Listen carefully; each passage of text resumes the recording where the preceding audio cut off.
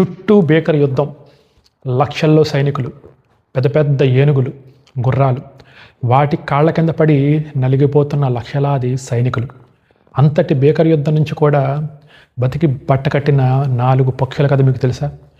ఇప్పుడు మనకు జరుగుతున్న ఇరాన్, ఇజ్రాయెల్, యుఎస్ఏ వార్ ప్రపంచమంతా యుద్ధ వాతావరణం నెలకొంది, భయానకంగా ఉంది.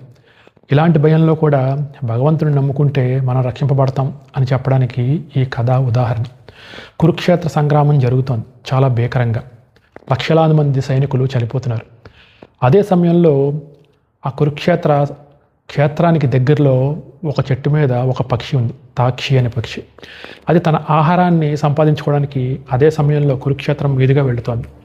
ఆ సమయంలో అర్జునుడికి, భగదత్తుడికి భీకరమైన యుద్ధం జరుగుతోంది.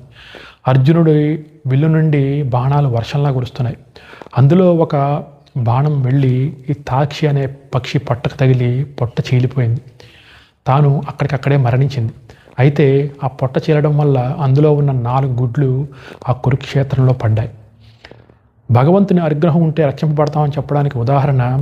అదే సమయంలో అర్జునుడు వేసిన ఇంకొక బాణం భగదత్తుడి యొక్క ఏనుగు మెడలో ఉన్న గంటకు తగిలి ఆ పెద్ద గంట వచ్చి కింద పడింది.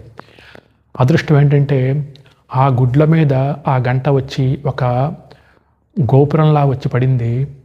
18 రోజులు జరిగిన భీకర యుద్ధంలో ఎంతోమంది లక్షల సైనికులు చనిపోయినా సరే ఈ పక్షి గుడ్లకు మాత్రం ఏమీ కాలేదు. ఇది భగవంతుని కృప.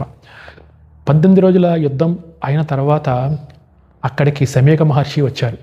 వచ్చి వారి శిష్యులు ఈ గంట కింద నుంచి ఓ పక్షులు శబ్దాలు వినపడుతున్నాయని చెప్పి వాటిని తీసి వాటిని రక్షించారు.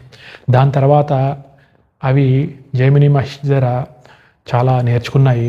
ఆ కథ అంతా వేరేగా ఉంటుంది. ఈ ఉదాహరణ నేను ఎందుకు చెప్పానంటే, మన చుట్టూ ఎంత భయానకమైన యుద్ధ వాతావరణం ఉన్నా సరే భగవంతుణ్ణి నమ్ముకున్న వాళ్ళు రక్షింపబడతారు.